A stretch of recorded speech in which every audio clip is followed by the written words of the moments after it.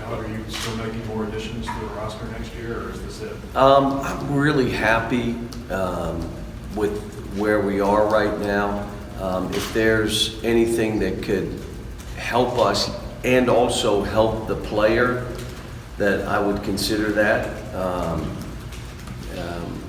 You know, so, but this group, I mean, you know, the three guys that obviously considered leaving to go to the NBA, Ashton, who I think will have a breakthrough year based on the fact that he gets it now. He's going to be much more focused on the things. And you talk about Nick, and Nick, I fully expect this to be his breakout year. I mean, the opportunity, the minutes, and then, you know, where he is maturity-wise and physically. You know, he only started playing basketball when he was 14.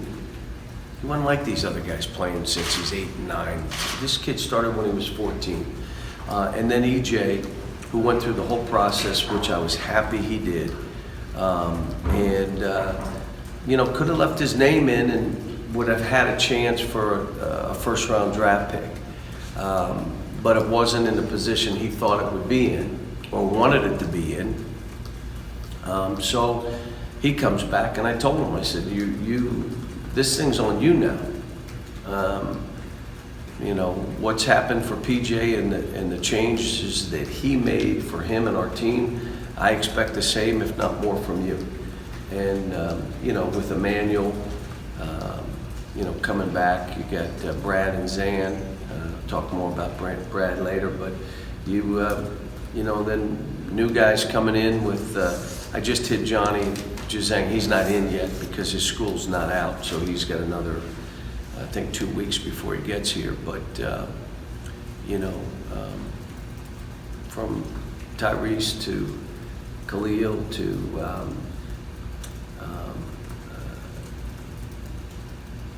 Keon Brooks, to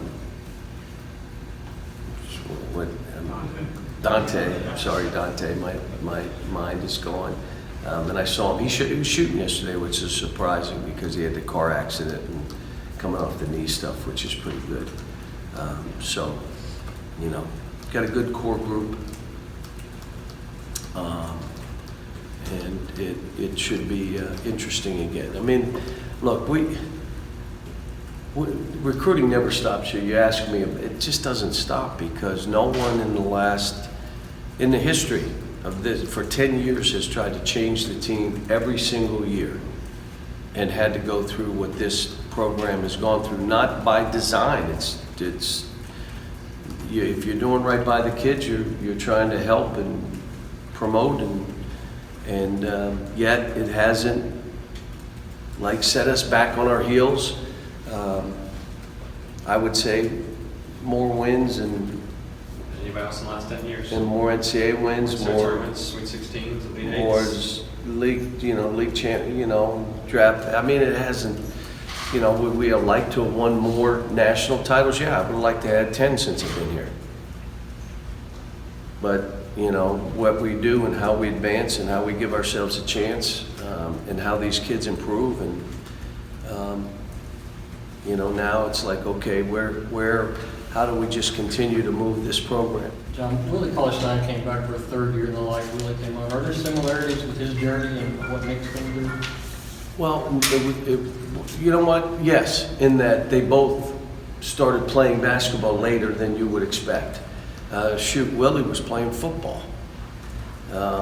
And so those similarities are there, but they're different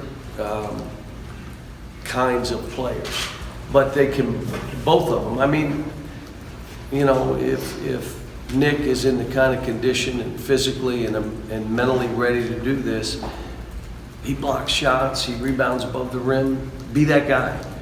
I think the game is changing a little bit where, you know, we got to get our bigs trailing a little bit, spacing the court a little bit, but this could be one of the longest teams that I've coached. I mean, I looked at Keon. Shoot, he looks at least 6'9", maybe 6'10". I mean, he's long. So we're going to have a pretty long, when you talk the guys that we have, a pretty long team too. John, you've had a quick hook with Nick from time to time. If he doesn't get a rebound, something like that, doesn't contest a shot, he's out.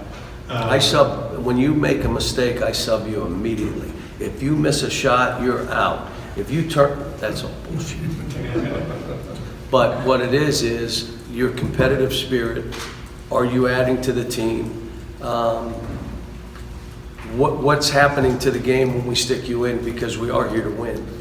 But like I said, his opportunity, like all these guys, there's no, you're responsible for you. Take what you want. That's what this program has always been about. You take what you want. You want to be a starter, take the job.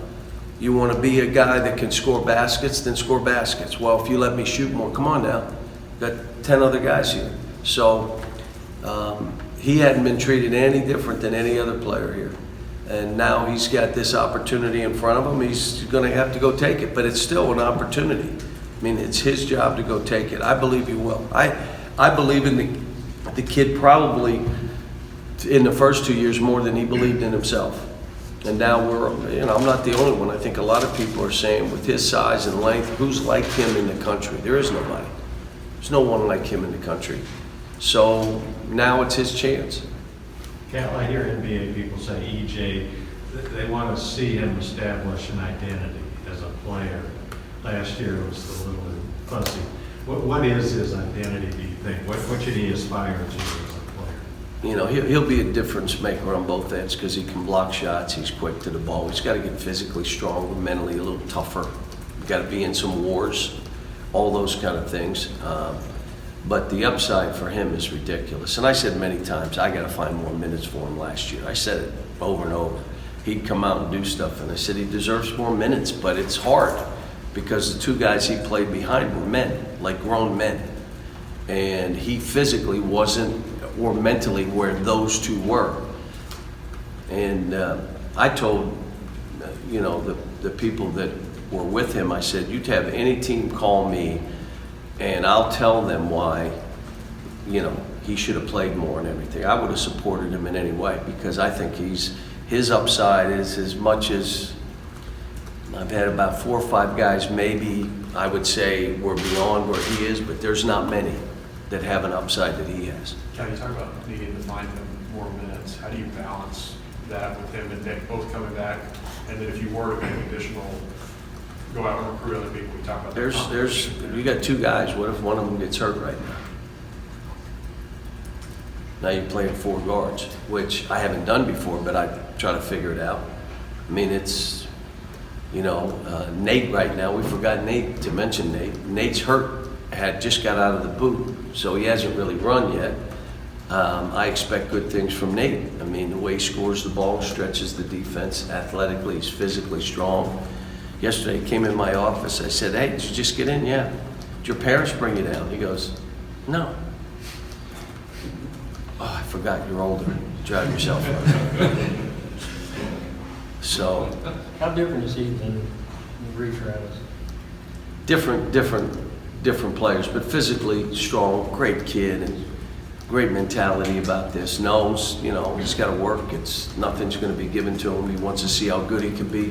And the way you get better here is the day-to-day grind, mastering your craft, falling back on that work, playing competitively every day in practice and every day in the summer. Should be fun. You expect the same locker room influence from having someone older that you got from Reed? Every team is different. I think this is going to be a great group again. I mean, you can't come here and be totally into yourself, or it's all about me taking all the shots, or somebody who's aloof and stands off. You can't be in this program and make that. Now there are other programs where 1 or 2 guys do shoot all the balls and do all the other stuff. That's not here. It's just not here. So I would expect us to have a good crew of kids, and that's why by the end of the year we're playing our best basketball. We'll keep growing because you got a bunch of good guys that know the staff's in it for them. They need to be in it for each other, and your team eventually gets to where they need to go. By the end of the year. With all these guards coming in, it seems like Emmanuel sometimes gets lost in the mix. do you expect from him this year? I mean, he was playing pretty well over his game last year. Yeah, he played well, shot the ball well, he's gotten better. You know, I expect him to have a breakout year. I mean, he did some really good stuff last year. A lot of this for these young kids is just the mentality you have to have. You miss a shot, amnesia, next, I'm playing. But it's hard when you're young like these kids. We're doing this with young freshmen. But he's one of the great teammates, terrific, got so much better defensively, like so much better defensively. And, you know, he's getting a better feel for this. One of the things that I'm a little concerned about in this great game that we coach, kids are starting to just be about individual workouts. Like my own son, Brad, that cone has no arms. You need to play pickup basketball like we all grew up with. Not you all, you guys didn't. I don't know. Did anybody here ever play this game? Okay. So you play pickup, which meant you might play with 5 guys or 4 other guys that you don't even know. Or they're your teammates that you just take your whole team to places to play, but you gain a feel for the game, how to space the court. You can't do it in a one-on-one workout. You just can't. I mean, your skills get better and you master your skills, but playing pickup basketball and having some basic rules, you can't shoot it till everybody crosses the court, which makes everybody run. Offense does not call the fouls. Defense calls the foul. If he doesn't call a foul and he fouled the crap out of you down the other end, foul the crap out of him. Okay, so now we're not calling it if that's how you're going to play. You learn to communicate and deal with situations that way. The spacing of the court, you're playing pick and roll or isolation or throwing it ahead and driving. I mean, you can do all that stuff. And I want this group to be playing pickup 3 days a week, maybe more. Versus just you need individual work. You need to master your skills. You need to master the things that you want to use in the season. And there's some things you don't do well. Well, work on those. But the reality of it is this is a game played 5-on-5. This is a game that's played with chemistry. Communication skills have gone down. You say, why? Because everybody's like this. So when you're on the court, you won't believe this, you can't bring your phone out there. You're not texting a guy, I went back door, it was wide open, why didn't you throw it to me? Bang, I did not see you. Bang, you should have seen me. Well, I didn't see. I mean, so you're on that basketball court, your phones are on the side, and you're playing and you learn you're communicating. You're talking to one another. What are you know, LOL. What are you talking about? I mean, so I want these guys to play against each other, to learn about each other. I want guard combinations to be different. Let the bigs guard each other. Let different guys play one of those 4 spots. So maybe you have a 3-man playing as a 4, you just stretch the court. You learn different things. The guys you have coming in seem to be a lot of interchangeable Yes. type parts. Was that by design? Well, the game's going that way. How many post-up basketball players do they have in the NBA right now? A handful. Yeah, maybe. And those guys don't want to be in there either. How many true point guards are in those positions, or are they scoring, playmaking guards? No matter. They're no like, I'm a set-up point guard, and they just don't have it anymore. So, you know, I watch Eric Bledsoe, who one of my favorites, just because absolutely was a competitive spirit fighter, calm kind of guy. Occasionally he got a little bit crazy, but you see him now with the ball in his hands. It's like Jamal Murray, ball in his hands. They can do that because they learned to play basketball here. They can play off the ball. If you need them to score, they can play on the ball. That's interchangeable. And also, 2s, 3s, and 4s should be interchangeable.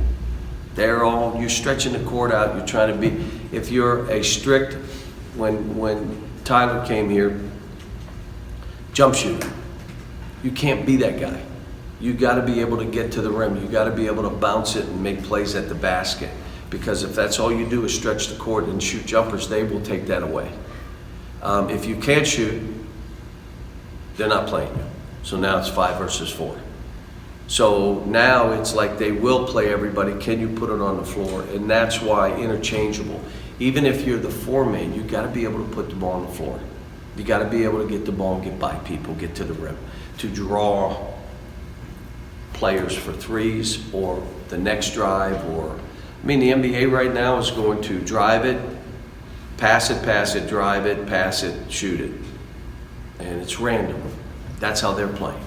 A lot of the game has become random.